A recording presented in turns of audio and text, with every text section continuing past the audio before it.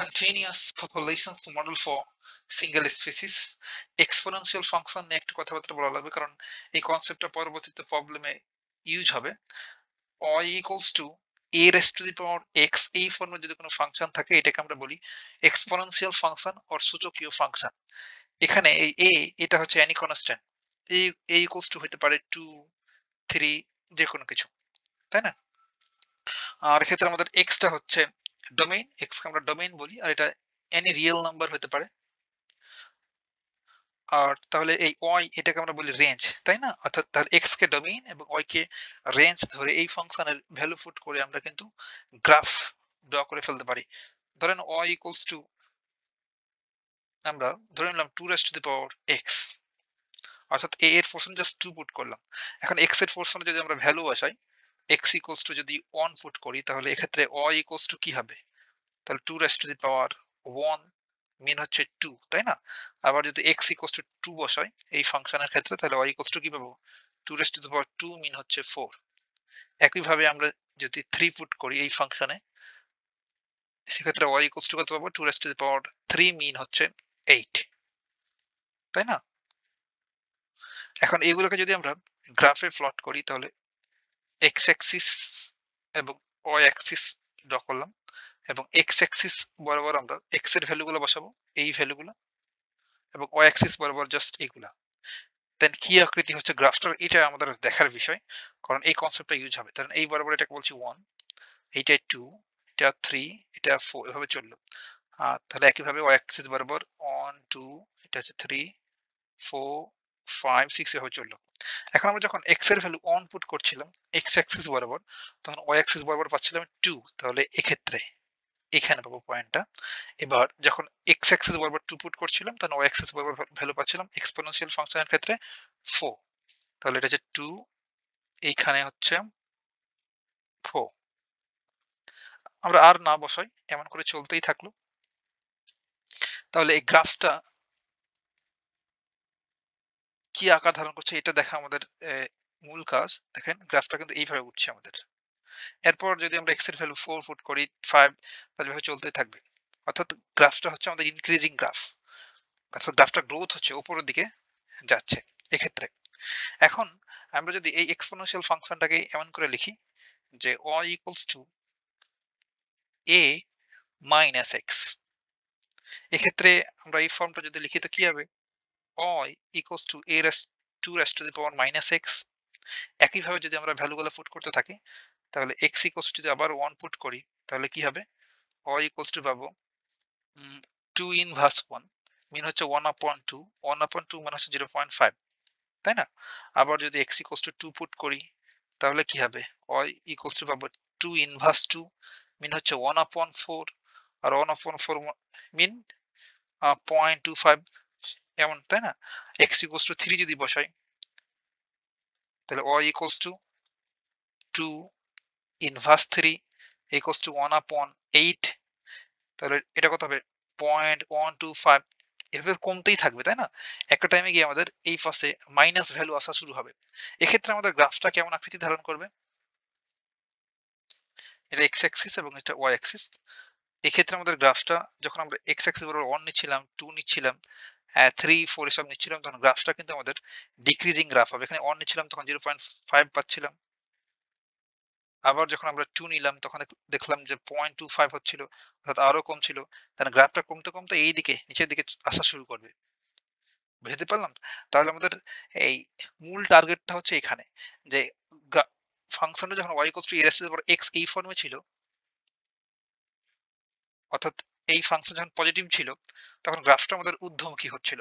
আর যখন নেগেটিভ নিলাম অর্থাৎ y equals to a inverse x তখন কিন্তু আমাদের গ্রাফটা নিম্নমুখী হচ্ছিল। অর্থাৎ ডিক্রিজিং গ্রাফ হচ্ছিল। অর্থাৎ এক্সপোনেনশিয়াল ফাংশনের ক্ষেত্রে ডিকে হচ্ছিল বা সূচকীয় ফাংশনের ক্ষয় হচ্ছিল। আর উপরটাতে সূচকীয় ফাংশনের বৃদ্ধি হচ্ছিল। এই ২ টা কনসেপ্ট বোঝানোর জন্য এত কাহিনী করলাম আমরা। বাট এখানে জাস্ট এক্সপোনেনশিয়াল ফাংশন ফর্ম নিলাম। বাট আমরা যে প্রবলেম সলভ করব একটু পরে এক্ষেত্রে কিন্তু থাকবে, অর্থাৎ আমরা অয়লারিয়ান নাম্বার ইকুয়ালস টু আমরা কি জানি ভাই 2.7 অন 8 3 প্লেস পর্যন্ত যদি লিখি এটা তো চলতেই থাকে, তাই না? এটা তো শেষ হয় না, এটার ভ্যালু এরপর চলতেই থাকে। আর আমরা 3 প্লেস পর্যন্ত যদি লিখি তাহলে এটাকে লিখতে পারবো এটা হচ্ছে অয়েলারিয়ান নাম্বার ই। অয়েলার দিচ্ছে তার জন্য অয়েলারিয়ান নাম্বার বলি আমরা এটাকে ই ইকুয়ালস টু 2.718। এখন যদি এই এক্সপোনেনশিয়াল ফাংশনটা এই ফর্মে থাকে y equals to E raise to the power x, এই ফর্মে মূলত আমাদের থাকবে প্রবলেমে। এক্ষেত্রে আমরা এই একইভাবে এই ২ টা গ্রাফকে প্লট করে ফেলতে পারবো। জাস্ট আমরা এই 2 এর পোরশনে এখানে 2 নিলাম না? ওই যে 2 raised to the power x, ঠিক তেমনি এখানে e raised to the power x আর e এর ভ্যালু তো 2.718, তাই না? তাহলে একইভাবে গ্রাফগুলো আমরা পাবো। এই যখন আমরা পজিটিভ ভ্যালু পাবো এভাবে, তখন আমরা ইনক্রিজিং গ্রাফ দেখবো, আর ক্ষেত্রে নেগেটিভ থাকলে ডিক্রিজিং গ্রাফ থাকবে। বুঝতে পারলাম? আর আমাদের প্রবলেম একটু পর যেটা সলভ করবো, যার জন্য এত কাহিনী করা, সেক্ষেত্রে মূলত এইভাবে থাকে যে ইকুয়ালস টু, ধর এখানে একটা কনস্ট্যান্ট থাকে ই রেজ টু দি পাওয়ার আর টি। টিটা হচ্ছে টাইম আর আর হচ্ছে ইন্টেন্সিভ গ্রোথ রেট আমাদের এক্ষেত্রে। অবশ্যই এখানে ওয়াই থাকে না, ওয়াই এর পরিবর্তে আমাদের এখানে পপুলেশনটা থাকে। আর পপুলেশনকে আমরা এন দ্বারা ডিনোট করতে পারি কিংবা পি দ্বারা ডিনোট করতে পারি, যে কোনো ভাবে। তাহলে এক্ষেত্রে এমন যখন দেখবো আমরা পপুলেশনটা, তখন আমরা বলতে পারবো যে ভাই যে এক্ষেত্রে পপুলেশনটা গ্রো হচ্ছে, পপুলেশনটা বৃদ্ধি পাচ্ছে। আর যদি আমরা e n equals to a e raise to the power a any constant, সেক্ষেত্রে এই কনস্ট্যান্টটা মূলত আমাদের এই বার্থ রেটের ক্ষেত্রেই ঘটে।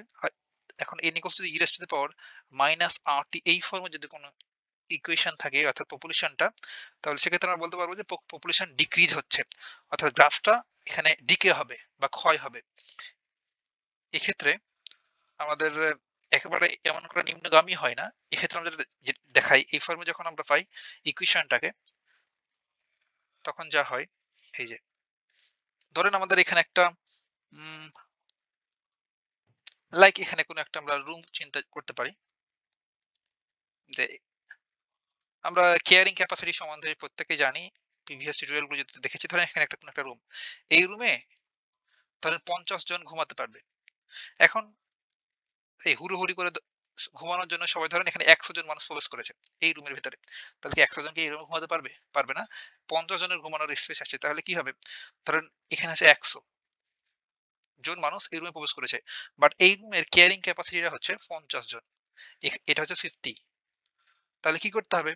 তাহলে এই ১০০ জন মানুষ যে হুড়োহুড়ি করে রুমের ভিতরে প্রবেশ করছিল, বাট যারা আগে গিয়ে জায়গা দখল করেছে তারা ঘুমাবে। বাকি ৫০ জন ভাই এই গেট দিয়ে বের হয়ে যাবে। এক্সাক্টলি সেটাই। সেক্ষেত্রে এই গ্রাফটা হবে এমন, অর্থাৎ নেগেটিভ ফর্মে থাকবে। যে n equals to a e raised to the power minus rt, তখন এই ১০০ থেকে কমতে লোকজন রুম থেকে বের হতে হতে একেবারে 50 তে চলে আসবে। 50 তে আসার পর আমাদের কেয়ারিং ক্যাপাসিটিতে স্যাটিসফাই করে ফেলবে। অর্থাৎ কেয়ারিং ক্যাপাসিটি যখন চলে আসবে, তখন স্থির। আর কেউ ঢুকবেও না, বেরও হবে না, তাই না? এটা হচ্ছে আমাদের মূলত কনসেপ্ট পরবর্তী প্রবলেমের ক্ষেত্রে, যে পপুলেশন যদি বাইরে যায়, আমরা পপুলেশনকে মূলত পি দ্বারা ডিনোট করি কিংবা এন দ্বারা। পপুলেশন যদি বেশি থাকে, তাহলে সময়ের সাথে সাথে এই পপুলেশন কমে একেবারে কেয়ারিং ক্যাপাসিটি আছে স্থির হয়ে যাবে। কিংবা এই যদি কম থাকে, তাহলে এইভাবে গ্রোথ হতে একবারে কেয়ারিং ক্যাপাসিটিতে যে পৌঁছে যাবে। বুঝতে পারলাম?